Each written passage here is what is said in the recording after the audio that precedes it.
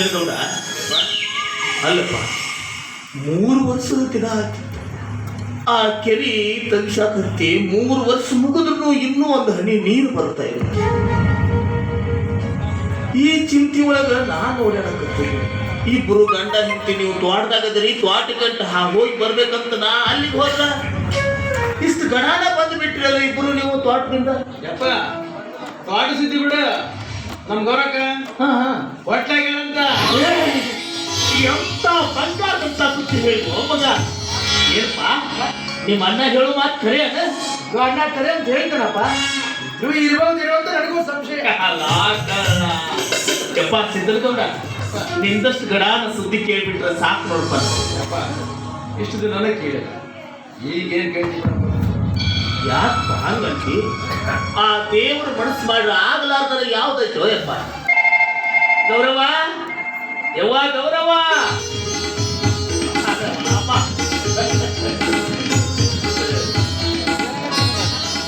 ಏ ಯಾಕಿಲ್ವಾ? ನಿನ್ನ ಮುಖ ಕಣ್ ತುಂಬ ನೋಡ್ಬೇಕು ಅಂತ ಅನಿಸ್ತಾ ಇಲ್ವಾ? ಅದಕ್ಕೆ ಅಲ್ಲ ಗೆಜ್ಜವ, ಗೌರಕ್ಕನ ಸುದ್ದಿ ಎಲ್ಲ ನಿನಗೆ ಗೊತ್ತಿದ್ರು ಇಷ್ಟು ದಿನ ನೀನು ಮುಚ್ಚಿಟ್ಟಿದ್ಯಲ್ಲ? ಇಲ್ರಿ ಮಾವ, ಸುದ್ದಿ ನನಗೂ ಈಗ ಗೊತ್ತಾದ್ರಿ. ಹೌದಾ? ಮೊದಲ ಗೊತ್ತಾಗಿದ್ರೆ ಊರ್ ತಗೊಂಡು ಅಂಗ್ರೆ ಸಾರ್ಕೊಂಡು ಎಲ್ಲಾರ್ಗು ಸಕ್ಕರೆ ಹಂಚ್ಕೊಂಡ್ ಬಂದ್ಬಿಡ್ತಿದ್ದೆ. ಅಣ್ಣ ನೀವು ತಗೋರಿ, ಅಕ್ಕ ನೀವು ತಗೋರಿ, ಅಣ್ಣ ನೀವು ತಗೋರಿ. ಈಗರ ಏನಾತವ? ಈಗೂ ಹಚ್ಚಿ ಬಿಡು ಸಕ್ರಿ. ಗೌರಕ್ಕನಪ್ಪ ಶಿವನಗೌಡನು ಕರೆಸ್ರಿ, ಚಿಕ್ಕಪ್ಪ ಎಲ್ಲರೂ ಸೇರಿ ಮನಿ ಒಳಗ ಹಬ್ಬ ಮಾಡಿಬಿಡೋದು. ಗೋಧಿ ಹುಗ್ಗಿ ಮಾಡ್ತಾರೆ, ನೀರು ಏನ್ ಕೆಟ್ಟ ನಡೆಸ್ತೇವೋ ಹೆಣ್ಮಗಳು. ಯವ್ವ ಗೌರವ, ನಮ್ಮ ವಂಶದ ಕುಡಿ ನಿನ್ನ ಹೊಟ್ಟೆ ಒಳಗೆ ಬೆಳೆಯಾಕೈತೈತಲ್ಲವ? ನಾನೇನು ಯಾವುದಕ್ಕೂ ಚಿಂತೆ ಮಾಡಂಗಿಲ್ಲವಾ ಯವ್ವ. ನನ್ನ ಮೊಮ್ಮಗ ನಿನ್ನ ಹೊಟ್ಟೆಯಾಗಿರಾಕಾಗಲೇ ಅವಾಗ ಏನು ತೊಂದರೆ ಆಗ್ಲಾರ್ದಾಗ ನಾನು ಜೋಪಾನ ಮಾಡ್ತೀನಿ. ನೀ ಎಷ್ಟು ನಾಚ್ಕೋತಿದ್ದೀವ ಯವ್ವ. ಯವ್ವ ಗೌರವ, ಈ ನಮ್ಮ ಮಣಿ ಬೆಳಗುವ ದೇವತೆಯವ್ವ ನೀನು. ತಡಿಯವ್ವ, ನಿನಗೆ ನಮಸ್ಕಾರ.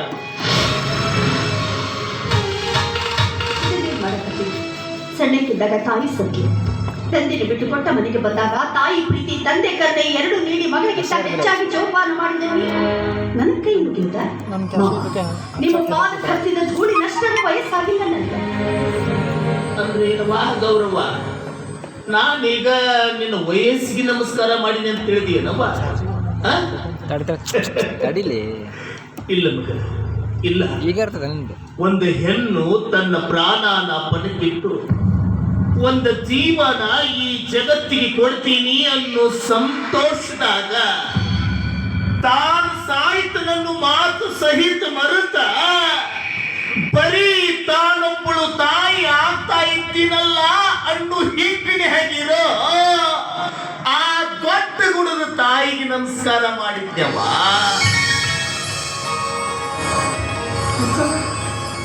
ನೀನ್ಯಾಕೆ ಇಷ್ಟು ಮುಖ ಸಪ್ಪಗ ಮಾಡ್ತೀವಿ? ನೀವೆಲ್ಲ ಇಷ್ಟು ನನ್ನ ಮ್ಯಾಲ ಒಯ್ಬೇಡ್ರಿವ. ಮತ್ತು ಈ ಮುದುಕ ನಾಳೆ ಗಡಾನ ಜೀವ ಬಿಡ್ದ ನಿಮ್ಮೆಲ್ಲರಿಗೂ ತ್ರಾಸ ಕೊಡ್ತಾನ. ಮತ್ತು ನಾನು ನಿಮ್ಮೆಲ್ಲರ ಕಡೆಯಿಂದ ಸೇವಾ ಮಾಡಿಸ್ಕೊಳ್ಳುವಂಗಾಗಿದ್ದವ. ನಿಮ್ಮ ಸೇವೆ ಮಾಡಿದ್ದು ನಮ್ಮ ಭಾಗ್ಯ ಅಂತ ತಿಳಿದಾಗ ನಮ್ಮ ಪಾಲಿನ ಪುಣ್ಯ ಅಂತ ತಿಳ್ಕೊಂಡು ನಡ್ಕೊಂಡು ಹೋಗ್ತೀವಿ. ಆದ್ರೆ ನೀವು ಈಗ ಸಾಯೋ ಮಾತು ಮಾತಾಡಿದ್ರೆ ನನಗಳು ಬರುತ್ತೆ. ಅಲ್ಲ ಗೌರವ, ನಿನಗಳು ಬರುವಂಗಾದ್ರೆ ಏನವ? ಆ ದೇವರು ನನಗೆ ಸಾವು ತಂದ್ರಾಗ ತಪ್ಪುತ್ತಾನ. ನಾನು ಎಂತ ಸರಿ ನೋಡಿ, ಎಂತ ಹೊತ್ತಿನೊಳಗೆ ಎಂತ ಮಾತು ಮಾತಾಡ್ಬೇಕು ಅನ್ನೋದೇ ತಿಳಿದಿಲ್ಲ. ಸುಳ್ಳ ಮುದುಕಾಗ್ಬಿಟ್ಟಿನಿ ನಾನು. ನಡಿಯವ್ವ, ಇನ್ನು ಮ್ಯಾಲ ಆ ದೇವರು ನನ್ನ ಮ್ಯಾಗ ಕಣ್ಣು ತೆಗಿತಾರನ್ನೋ ಆಸೆ ಬಿಡ್ತು. ಇನ್ನು ಆ ಕೆರೆಗೊಂದು ನೀರು ಬಂದ್ಬಿಟ್ರ ನನ್ನ ಮನಸ್ಸಿನಾಗಿರುವ ಆಸೆ ಎಲ್ಲ ಪೂರ್ತಿ ಆಯ್ತು ನೋಡು. ಹೌದು ಮಾಮ, ಇಷ್ಟು ದಿವಸ ಚಿಂತಿ ಕೊಟ್ಟ ಆ ದೇವ್ರು ಇನ್ನರ ಕಣ್ಣು ಬಿಡದಿದ್ರ ಅವಂಗ ದೇವ್ರು ಅಂತ ಯಾಕೆ ಕರಿಬೇಕ್ರಿ ಮಾವ? ನೀನ್ ಒಬ್ಬಕ್ಕೆ ಕರೆದಿದ್ರ ಎಲ್ಲರೂ ಮರೆತು ಬಿಡ್ತಾರ ಅಂತ ನೀನ. ಯಪ್ಪ ಓಯಪ್ಪ, ಇದ ಸಂಸ್ಥಾಗ ಮಗ, ನೀನು ಸೈನ್ಯಕ್ಕೆ ಹೋಗಾಕ ಇನ್ನೂ ಒಂದು ವಾರ ಅಂತ ಹೇಳ್ತಿದ್ದಿ. ಹೌದಪ್ಪ, ನಾನು ಹೋಗೋದು ಇನ್ನೊಂದು ವಾರ ಆಯ್ತು. ಆದ್ರೆ ಏನ್ ಮಾಡ್ಬೇಕು, ಅರ್ಜೆಂಟ್ ಆಗಿ ಬರಬೇಕು ಅಂತ ಈಗ ತಾನೇ ನಮ್ಮ ಮೇಲಾಧಿಕಾರಿಗಳಿಂದ ಕರೆ ಬಂತು. ನಾನು ಈಗ ಹೋಗ್ಬೇಕು. ನನ್ನನ್ನು ಆಶೀರ್ವಾದ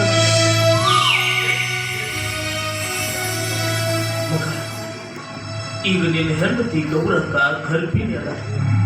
ಮುಂದ ಅವಳ ಹೆರಿಗೆ ಟೈಮ್ದಾಗ ಗಂಡ ಹತ್ತಿರನ ಇರಬೇಕು ಅಂತ ಎಲ್ಲ ಹೆಣ್ಣು ಮಕ್ಕಳಿಗೂ ಆಸೆ ಇರುತ್ತಪ್ಪ.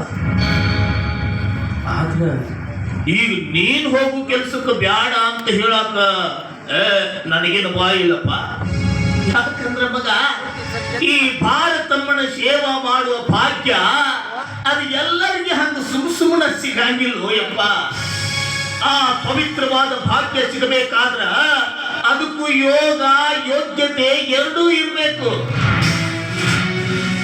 ನೀನು ಹೋಗ್ಪಾಯಪ್ಪ, ಗೌರವ ಬಗ್ಗೆ ಏನು ಕಾಳಜಿ ಮಾಡಬೇಡ, ನಾವೆಲ್ಲ ಚೆನ್ನಾಗಿ ನೋಡ್ಕೊತೀವಿ. ಗೌರವ ಯವ್ವ, ಗೌರವ ಬಾಯ್.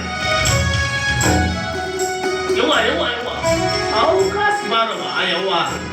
ನೀ ಕಾಲಾಗರ ಎಷ್ಟು ಹಗರದಿವ ಅಂತೀನಿ ನಾನು. ನೋಡವ್ವ, ಈಗ ನಿನ್ನ ಗಂಡ ಸೈನ್ಯ ಹೊಂಟಾನ, ನಗನಗ್ತ ಹೋಗಿ ಬಾ ಅಂತ ಕಳಿಸ್ಕೊಳೆವ.